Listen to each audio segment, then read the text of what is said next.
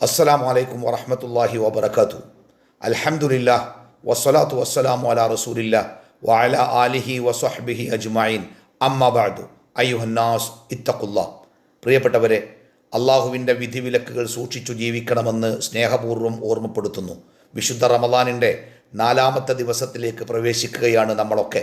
ഈ ദിവസങ്ങളിൽ നമ്മൾ അനുഷ്ഠിച്ച മുഴുവൻ കർമ്മങ്ങളും അല്ലാഹു തആല പരിപൂർണമായ അമലുകളായി സ്വീകരിക്കുമാറാവട്ടെ. റസൂലുള്ളാഹി സ്വല്ലല്ലാഹു അലൈഹി വസല്ലമ പഠിപ്പിച്ചു, റമദാൻ മാസം ആഗതമായാൽ ആകാശലോകത്ത് അള്ളാഹു ചിലരെ നിശ്ചയിക്കും. അവർ ഇപ്രകാരം വിളിച്ചു പറഞ്ഞുകൊണ്ടിരിക്കും: യാ ബാഗിയൽ ഖൈരി അഖ്ബിൽ വയാ ബാഗിയ ശർരി അഖ്സിർ.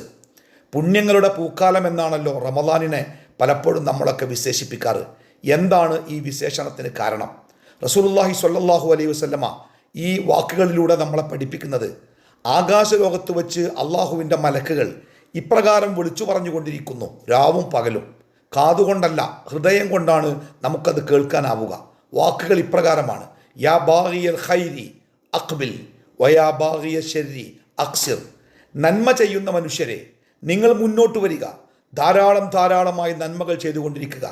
തെറ്റുകൾ ചെയ്തുകൊണ്ടിരിക്കുന്ന മനുഷ്യരെ, നിങ്ങൾ ചെയ്യുന്ന തെറ്റുകൾ കുറച്ച് കൊണ്ടുവരാൻ ശ്രമിക്കുക.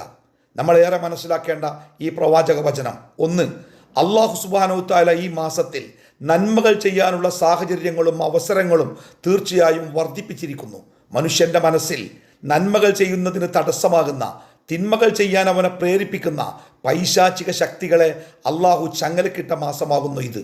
അതുകൊണ്ട് തന്നെയാണ് നമസ്കാരവും ഖുർആൻ പാരായണവും സ്വതക്കകളുമൊക്കെ എല്ലാ കാലത്തും ഉണ്ടായിട്ടും ആ കാലത്ത് ചെയ്യാൻ പറ്റുന്നതിനേക്കാളേറെ നമുക്കൊക്കെ ചെയ്യാൻ പറ്റുന്നത് നമ്മളെ നന്മകളിൽ നിന്ന് തടഞ്ഞു നിർത്താനും, നന്മ ചെയ്യാൻ ശ്രമിക്കുമ്പോൾ മടിയായും അലസതയായുമൊക്കെ നമ്മുടെ മനസ്സിൽ പ്രത്യക്ഷപ്പെടുന്ന ആ പിശാചുക്കളെ അല്ലാഹു തആല കെട്ടിയിട്ടത് കൊണ്ടാണ് ഈ മാസത്തിൽ കൂടുതലായി നന്മ ചെയ്യുവാൻ നമുക്ക് ഓരോരുത്തർക്കും സാധിക്കുന്നത്.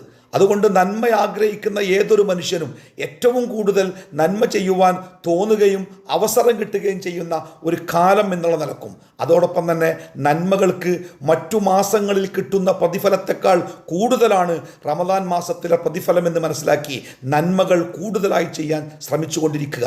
അതുപോലെ തന്നെ ജീവിതത്തിൽ പലപ്പോഴും ശ്രമിച്ചിട്ടും ചില തെറ്റുകളിൽ നിന്ന് മാറി നിൽക്കാനും കയറി നിൽക്കാനും സാധിക്കാത്ത നിർഭാഗ്യവാന്മാരായ, നിസ്സഹായരായ ചില ആളുകളെ നമ്മൾ കാണാറുണ്ട്. തെറ്റാണ് എന്നറിയാം, ചെയ്യാൻ പാടില്ല എന്നറിയാം, ചെയ്യരുത് എന്ന് പലപ്പോഴും തീരുമാനിച്ചിട്ടുണ്ട്, പക്ഷേ പലപ്പോഴും അതിലേക്ക് വീണു പോവുകയാണ് എന്ന് സങ്കടപ്പെടുന്ന ആളുകളുണ്ട്. അത്തരം ആളുകൾക്ക് വലിയ അനുഗ്രഹമാണ് റമദാൻ. അവരുടെ ജീവിതത്തിൽ തെറ്റുകളാണ് എന്ന് തോന്നുന്ന കാര്യങ്ങളിൽ നിന്ന് വിട്ടുനിൽക്കാനും ആ തെറ്റിലേക്ക് പോകാതിരിക്കാനും അവർക്ക് സാധിക്കുന്ന, അതിനാവശ്യമായ ചുറ്റുപാടുകൾ അല്ലാഹു തആല ഒരുക്കി വെച്ച മാസമാണ് റമദാൻ. അതുകൊണ്ട് തെറ്റ് ചെയ്യുന്ന ഒരു മനുഷ്യന് തൻ്റെ തെറ്റിൽ നിന്ന് പിന്തിരിയാനും തൻ്റെ തെറ്റിൻ്റെ അളവ് കുറച്ച് കൊണ്ടുവന്ന് ആ തെറ്റുകളിൽ നിന്ന് പൂർണ്ണമായി മുക്തമാവാനും സാധിക്കുന്ന ഒരു മാസം എന്നുള്ള നിലക്ക് ഈ മാസത്തിനെ ഓരോ സത്യവിശ്വാസിയും ഏറ്റവും മനോഹരമായി ഉപയോഗപ്പെടുത്തുമ്പോഴാണ് റമദാൻ പുണ്യങ്ങളുടെ പൂക്കാലമായി മാറുന്നത്. ഏതൊക്കെ നന്മകളാണ് ഈ മാസത്തിൽ നമുക്ക് കൂടുതൽ ചെയ്യാനാവുക?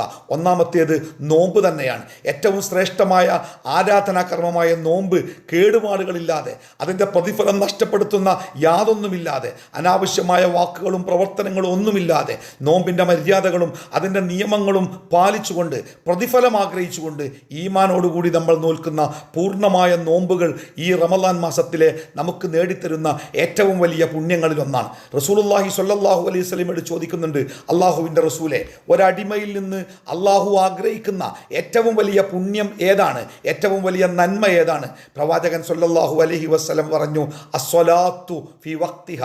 സമയത്ത് നമസ്കരിക്കുന്ന നമസ്കാരമാണ്.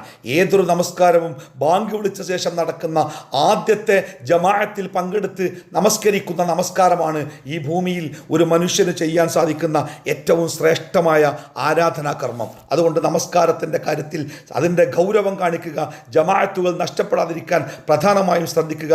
നമസ്കാരത്തിൻ്റെ മര്യാദകളും അതിൻ്റെ നിർബന്ധമായ കാര്യങ്ങളും സുന്നത്തായ കാര്യങ്ങളും ഒക്കെ സൂക്ഷിച്ചുകൊണ്ട് സമയനിഷ്ഠയോടുകൂടി കൃത്യമായിട്ട് നമസ്കരിക്കാൻ ശ്രദ്ധിക്കുക.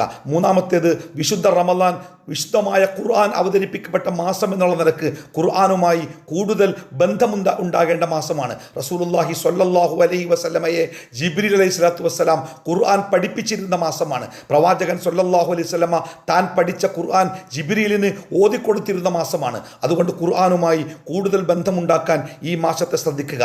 നാലാമത്തേത് രാത്രി നമസ്കാരങ്ങളാണ്. മൻ ഖാമ റമളാന ഈമാനൻ വഹ്തിസാബൻ ഗുഫിറ ലഹു മാ തഖദ്ദമ മിൻ ദംബി. റമളാനിൻ്റെ രാത്രികാലങ്ങളെ നമസ്കാരം കൊണ്ട് ധന്യമാക്കി അവൻ്റെ പൂർവ്വകാല പാപങ്ങൾ പൊറുക്കപ്പെടുമെന്ന് അള്ളാഹുവിൻ്റെ പ്രവാചകൻ പഠിപ്പിച്ചു. മറ്റൊന്ന് സ്വതക്കയാണ്. പ്രവാചകൻ സല്ലല്ലാഹു അലൈഹി വസല്ലമ പറഞ്ഞു, കത്തുന്ന തീയിലേക്ക് വെള്ളമൊഴിച്ചാൽ ആ തീ ഇല്ലാതാകുന്നത് പോലെ സ്വതക്ക മനുഷ്യൻ്റെ പാപങ്ങളെ കെടുത്തിക്കളയും. മറ്റൊന്ന് നോമ്പ് തുറപ്പിക്കലാണ്. പ്രവാചകൻ പറഞ്ഞു, ആരെങ്കിലും ഒരാളെ നോമ്പ് നോറ്റ ഒരാളെ നോമ്പ് തുറപ്പിച്ചാൽ ആ നോമ്പ് നോറ്റവന് കിട്ടുന്ന അതുപോലത്തെ കൂലി നോമ്പ് തുറപ്പിച്ചവനും ലഭ്യമാണ് എന്ന് പ്രവാചകൻ പഠിപ്പിക്കുന്നുണ്ട്. മറ്റൊന്ന് രോഗികളെ സന്ദർശിക്കുക, ജനാസയെ അനുഗമിക്കുക, ബന്ധങ്ങൾ പുതുക്കുക.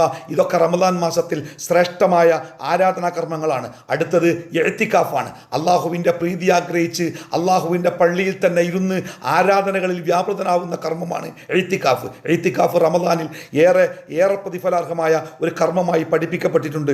ഏത് നന്മയും ഏതൊരു സൽക്കർമ്മമാണോ സൽക്കർമ്മമായിട്ട് ചെയ്യാൻ സാധിക്കുക, ആ കർമ്മങ്ങളൊക്കെയും നല്ല മനസ്സോടെ വിശ്വാസത്തോടെ നിർവഹിക്കാൻ നമ്മൾ ഓരോരുത്തരും ശ്രദ്ധിക്കുക. മറ്റു കാലങ്ങളിലില്ലാത്ത അത്രയും വലിയ പ്രതിഫലം ഈ മാസം നമുക്ക് നേടിത്തരും. അങ്ങനെ റമദാനിനെ പുണ്യങ്ങളുടെ പൂക്കാലമാക്കാൻ നമ്മൾ ഓരോരുത്തരും ശ്രദ്ധിക്കുക. അള്ളാഹു അനുഗ്രഹിക്കട്ടെ. വസല്ലല്ലാഹു അലാ മുഹമ്മദിൻ വഅലാ ആലിഹി വസ്വഹ്ബിഹി അജ്മഈൻ. അസ്സലാമു അലൈക്കും വറഹ്മത്തുള്ളാഹി വബറകാതുഹു.